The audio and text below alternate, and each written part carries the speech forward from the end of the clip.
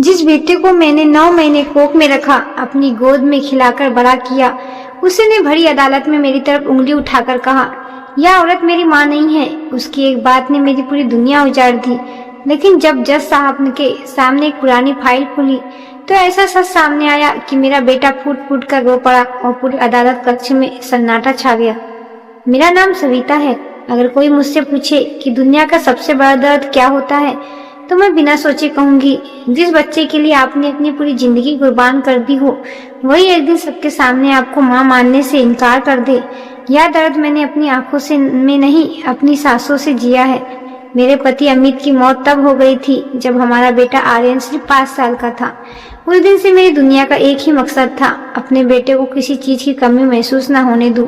मैंने अपने सारे गहने बेच दिए, लोगों के घरों में खाना बनाया, रात को कपड़ों की सिलाई की और दिन में स्कूल की कैंटीन में काम किया। कई बार खुद भूखी सो गई, लेकिन आर्यन के टिफिन में कभी कमी नहीं आने दी।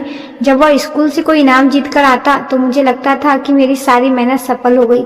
साल बीतते गए, आर्यन पढ़ाई में बहुत तेज निकला। उसे शहर के सबसे बड़े कॉलेज में दाखिला मिल गया।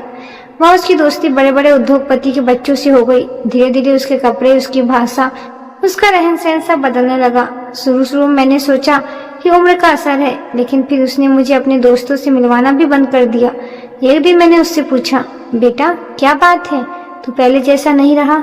उसने सिर्फ इतना कहा, माँ हर बात जानना जरूरी नहीं होता। उसकी बात सुनकर मेरा दिल टूट गया, लेकिन मैंने कभी शिकायत नहीं की। कुछ महीने बाद उसने बताया कि उसे एक बड़ी कंपनी में नौकरी मिल गई है। मेरी खुशी का ठिकाना नहीं था। मैंने मंदिर जाकर भगवान को धन्यवाद किया।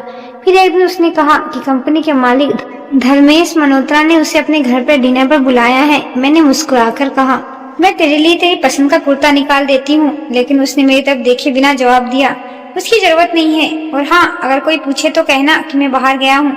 मुझे उसकी बात अजीब लगी, लेकिन मैंने कुछ नहीं कहा। अगले दिन पड़ोस की एक औरत ने मोबाइल पर एक वीडियो दिखाया। वीडियो एक बड़े होटल का था जहाँ कंपनी का कार्यक्रम चल रहा था। मंच पर आर्यन को सम्मानित किया जा रहा था। एंकर ने मुस्कुराकर पूछा, आज आपकी सफलता का सबसे बड़ा श्रेय आप किसे देना चाहोगे? क्या आपकी माँ भी यहाँ मौजूद है? मैं गर्व से मुस्कुरा उठी। मुझे लगा मेरा बेटा सबके सामने मेरा नाम लेगा, लेकिन अगले ही पल उसकी आवाज ने मेरी पूरी दुनिया तोड़ दी। उसने कहा, मेरी माँ का कई साल पहले निधन हो चुका है। जिसने मुझे पाला वह सिर्फ एक दूर की रिश्तेदार थी। पूरा हाथ तालियों से गूंज उठा, लेकिन मेरे हाथ से मोबाइल नीचे गिर गया। मेरे कान सुन पड़ गए। मैं बार बार वीडियो चलाकर वही बात सुनती रही, मेरा बेटा, मेरा अपना बेटा पूरी दुनिया के सामने मुझे माँ मानने से इनकार कर चुका था। उसी रात वह घर आया तो मैंने कांपती आवाज से पूछा, आर्यन तूने ऐसा क्यों कहा? उसने ठंडी आवाज में जवाब दिया, क्योंकि सच यही है जो अब मेरी जिंदगी के लिए सही है। अगर लोगों को पता चल गया कि मेरी माँ घरों में खाना बनाती है तो मेरी इज्जत खत्म हो जाएगी। उसकी यह बात सुनकर मेरी आंखों के सामने अंधेरा छा गया, लेकिन मुझे बिल्कुल अंदाजा नहीं था कि यह अपमान मेरी जिंदगी की सबसे बड़ी लड़ाई की शुरुआत थी। क्योंकि अगले ही दिन मुझे अदालत से एक नोटिस मिला और उस नोटिस में लिखा था कि मेरा बेटा खुद अदालत में यह साबित करना चाहता है कि मेरा उससे कोई रिश्ता नहीं है। अदालत का नोटिस पढ़ते ही मेरे हाथ कांपने लगे। मुझे समझ ही नहीं आ रहा था कि मेरा अपना बेटा आखिर अदालत में क्या साबित करना चाहता है। पूरी रात मेरी आंखों से नींद नहीं आई। बार बार मुझे वही दिन याद आ रहा था जब आर्यन पहली बार माँ बोलकर मेरे गले से लिपट गया था। मुझे वह दिन भी याद आया जब उसे तेज बुखार था और मैं 3 रात तक बिना सोए उसके सिर पर पानी की पट्टी रखती रही। लेकिन आज वही बच्चा अदालत में मुझे अपनी माँ मानने से इनकार करने वाला था। अगले दिन मैं अदालत में पहुंची। पूरा कोर्ट रूम लोगों से भरा हुआ था। सामने आर्यन अपने महंगे सूट में अपने वकील के साथ बैठा था। उसने एक बार फिर मेरी तरफ नहीं देखा। कुछ देर बाद जज साहब अंदर आए और सुनवाई शुरू हुई। आर्यन ने वकील ने खड़े होकर कहा, माननीय न्यायालय, मेरी मुकल्लिद यानी श्री आर्यन का कहना है कि सविता जी उनकी जैविक माँ नहीं है। उन्होंने बचपन में सिर्फ उनकी देखभाल की थी। वे उनकी संपत्ति और नाम का गलत फायदा उठाना चाहती है। यह सुनते ही मेरे पैरों तले जमीन खिसक गई।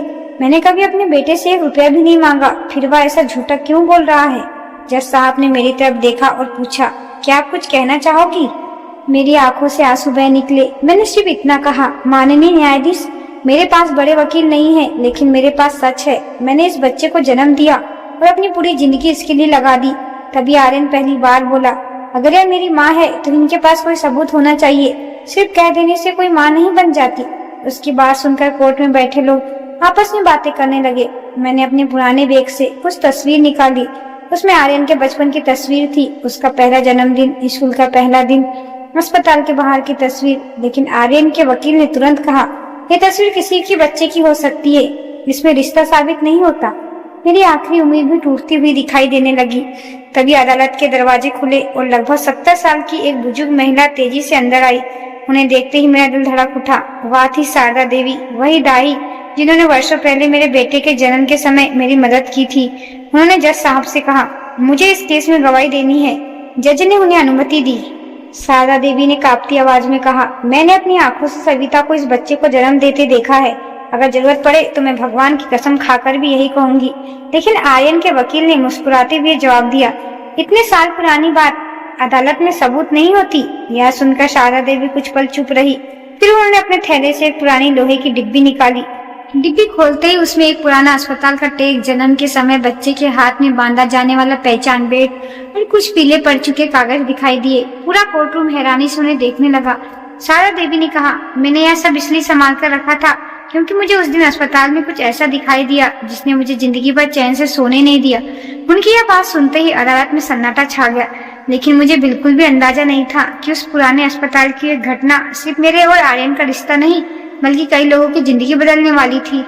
शारदा देवी की बात सुनते ही पूरा अदालत का शांत हो गया। जज साहब ने उनसे कहा, जो कुछ भी आप जानती हो बिना किसी डर के अदालत को बताइए।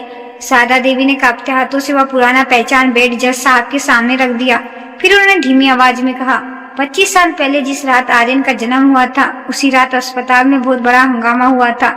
उसी वार्ड में शहर के सबसे बड़े उद्योगपति धर्मेश मल्होत्रा की पत्नी भी भर्ती थी। उनका बच्चा जन्म के कुछ मिनट बाद ही चल बसा। पूरा अस्पताल इस खबर से हिल गया था। उसी रात कुछ ऐसे लोग अस्पताल में आए जिन्होंने पैसे के दम पर रिकॉर्ड बदलवाने की कोशिश की। मैंने जब उसका विरोध किया तो मुझे नौकरी से निकाल देने की धमकी दी। लेकिन मैं एक बात जानती थी, सविता ने अपने बेटे को अपनी गोद में लिया था और मैं उस बच्चे के हाथ में यही पहचान बैंड बांध कर आई थी। पूरा कोर्टरूम एकदम शांत हो गया। आर्यन के चेहरे पर भी बेचैनी साफ दिखाई देने लगी। तभी उसके वकील ने कहा, यह सिर्फ एक कहानी है, इसमें कुछ साबित नहीं होता। शारदा देवी मुस्कुराई और बोली, अगर कहानी होती तो मैं इतने साल तक यह सब संभाल कर क्यों रखती। उन्होंने लोहे की डिब्बी से एक और पुराना लिफाफा निकाला। उसके ऊपर अस्पताल की मोहर लगी हुई थी। लिफाफे के अंदर उस रात की ड्यूटी रजिस्टर की कॉपी, 2 नर्सों के हस्ताक्षर और एक लिखित शिकायत थी जिसे कभी दर्ज ही नहीं किया गया था। शिकायत में साफ लिखा था कि कुछ लोगों ने नवजात बच्चों के रिकॉर्ड बदलने की कोशिश की।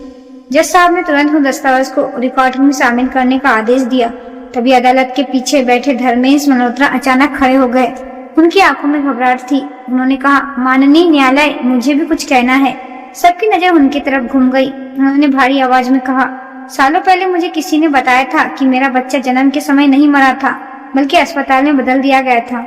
मैंने इस बात पर कभी विश्वास नहीं किया, लेकिन जब मैंने आर्यन को पहली बार देखा तो मुझे अपने परिवार की झलक उसमें दिखाई दी। इसी वजह से मैंने उसे अपनी कंपनी में नौकरी दी और धीरे धीरे अपने करीब रखा। यह सुनते ही अदालत में फुसफुसाहट शुरू हो गई। आर्यन हैरानी से धर्मेश मल्होत्रा को देखने लगा। उसके चेहरे पर पहली बार आत्मविश्वास की जगह डर दिखाई दे रहा था।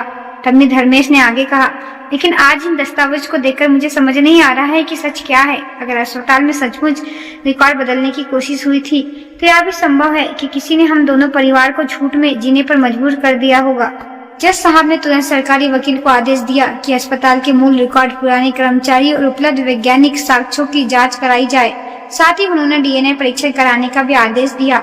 अदालत की अगली तारीख 1 महीने बाद तय हुई। बाहर निकलते समय मैंने पहली बार देखा कि आर्यन की आंखों में घमंड नहीं था। वह बार बार मेरी तरफ देख रहा था, जिससे उसके मन में पहली बार सवाल उठा हो कि कहीं उसने अपनी माँ के साथ बहुत बड़ा अन्याय तो नहीं कर दिया। लेकिन उसे यह नहीं पता था कि डीएनए रिपोर्ट से भी बड़ा एक ऐसा सच सामने आने वाला है जो सिर्फ हमारे रिश्ते को नहीं बल्कि धर्मेश मल्होत्रा के पूरे परिवार की नींव हिला देगा। 1 महीने बाद अदालत फिर लोगों से भरी हुई थी। इस बार मीडिया भी बाहर खड़ी थी क्योंकि पूरे शहर में इस मामले की चर्चा होने लगी थी। मैं चुपचाप अपनी सीट पर बैठी थी। आर्यन कुछ दूरी पर सिर झुकाए बैठा था। पहले जैसा घमंड उसके चेहरे पर बिल्कुल नहीं था। थोड़ी देर बाद सरकारी अधिकारी अदालत में एक सीलबंद लिफाफा लेकर पहुंचे। जज साहब ने लिफाफा खोलने की अनुमति दी। पूरे कोर्ट रूम में सन्नाटा छा गया। अधिकारी ने रिपोर्ट पढ़ते हुए कहा, डीएनए परीक्षण के अनुसार सविता जी और आर्यन के बीच जैविक माँ बेटे का संबंध पूरी तरह प्रमाणित होता है। यह सुनते ही मेरी आंखों में आंसू बह निकले। मेरे भगवान ने आखिरकार मेरा सच दुनिया के सामने ला दिया। लेकिन जज साहब ने कहा, रिपोर्ट पूरी पढ़िए। अधिकारी ने अगला पन्ना खोला और कहा, जांच के दौरान अस्पताल के पुराने रिकॉर्ड भी मिले। उनसे पता चला कि जिस रात आर्यन का जन्म हुआ था उस रात रिकॉर्ड बदलने की कोशिश तो हुई थी, लेकिन अस्पताल के एक वरिष्ठ डॉक्टर ने समय रहते वह कोशिश नाकाम कर दी, इसलिए कोई बच्चा बदला नहीं गया। बाद में कुछ लोगों ने उसी झूठी अफवाहों का इस्तेमाल अपने निजी फायदे के लिए किया।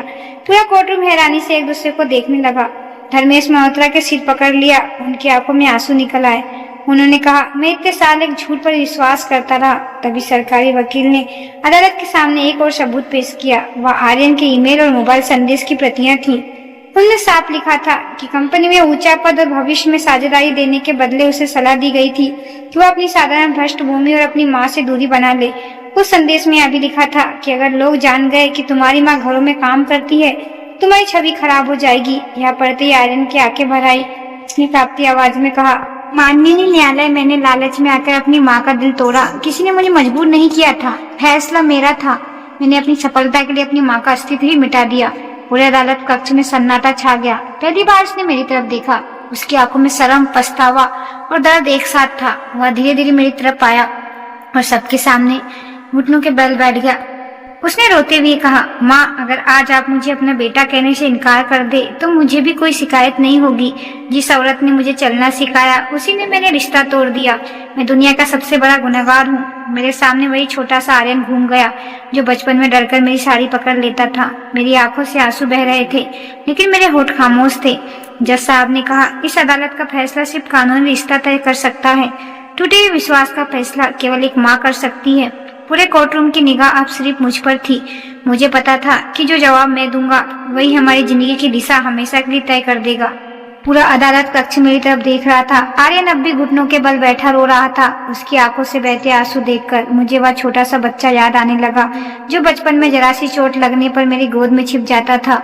जज साहब ने शांत आवाज में कहा, सविता जी, अब फैसला आपके हाथ में है। मैंने कांपते कदमों से आर्यन के पास जाकर उसका चेहरा अपने हाथों में लिया। वह जोर जोर से रोते हुए बोला, माँ, मैंने आपको बहुत दुख दिया। मैंने दौलत और नाम के लिए उस औरत को ही खो दिया। उसने मुझे जीना सिखाया। अगर आप मुझे कभी माफ नहीं करोगी तो मैं भी आपकी सेवा करके अपनी गलती का प्रायश्चित करता रहूंगा। मेरी आंखों से भी आंसू बह निकले। मैंने कहा, बेटा, जिस दिन तूने दुनिया के सामने मुझे माँ मानने से इनकार किया था उसी दिन मेरा दिल टूट गया। लेकिन एक माँ का दिल पत्थर नहीं होता, उसमें दर्द भी होता है और माफ करने की ताकत भी। मैं तुझे माफ करती हूँ, लेकिन आज के बाद कभी अपनी पहचान से शर्म मत करना जिस माँ के हाथों की मेहनत से होगी। मैंने उनकी बात स्वीकार कर ली। कुछ महीनों बाद अदालत ने फैसला सुनाया कि सविता जी आर्यन के वैधानिक और जैविक माँ है तथा उनके खिलाफ लगाए गए सभी आरोप निराधार है, जिन्होंने झूठी अफवाहें फैलाकर और गलत सलाह देकर इस रिश्तों को तोड़ने की कोशिश की गई थी। उनके खिलाफ भी कानूनी कार्रवाई हुई। समय के साथ आर्यन ने अपनी नौकरी नहीं छोड़ी, लेकिन उसने अपनी जिंदगी बदल दी। उसने सबसे पहले अपने ऑफिस में एक कार्यक्रम रखा और पूरे स्टाफ के सामने मुझे मंच पर बुलाया। इस बार उसने माइक उठाकर कहा, आज मैं जिस मुकाम पर खड़ा हूँ वह मेरी माँ की मेहनत की वजह से है। यह घरों में खाना बनाने वाली महिला नहीं, मेरी सबसे बड़ी प्रेरणा है। अगर किसी को मेरी पहचान जाननी है तो मेरी पहचान मेरी माँ है। पूरा हाल खड़े होकर तालियां बजाने लगा। मेरी आंखों से फिर आंसू बह निकले, लेकिन इस बार ये आंसू दर्द के नहीं, गर्व के थे। उस दिन मुझे समझ आया कि कभी कभी बच्चे गलती कर बैठते हैं, लेकिन जब उन्हें अपनी गलती का एहसास हो जाए और पूरे समाज के सामने उसे स्वीकार कर ले तो एक माँ का दिल उन्हें फिर से अपना लेने में देर नहीं करता। मेरी जीत अदालत के फैसले से नहीं हुई थी। मेरी असली जीत उस पल हुई जब मेरे बेटे ने पूरी दुनिया के सामने मेरा हाथ पकड़कर कहा, ये मेरी माँ है और मुझे इन पर गर्व है। दोस्तों, ये वीडियो आपको कैसी लगा कमेंट बॉक्स में जरूर बताएं। अगर अच्छा लगा हो तो लाइक से सब्सक्राइब जरूर करें। धन्यवाद।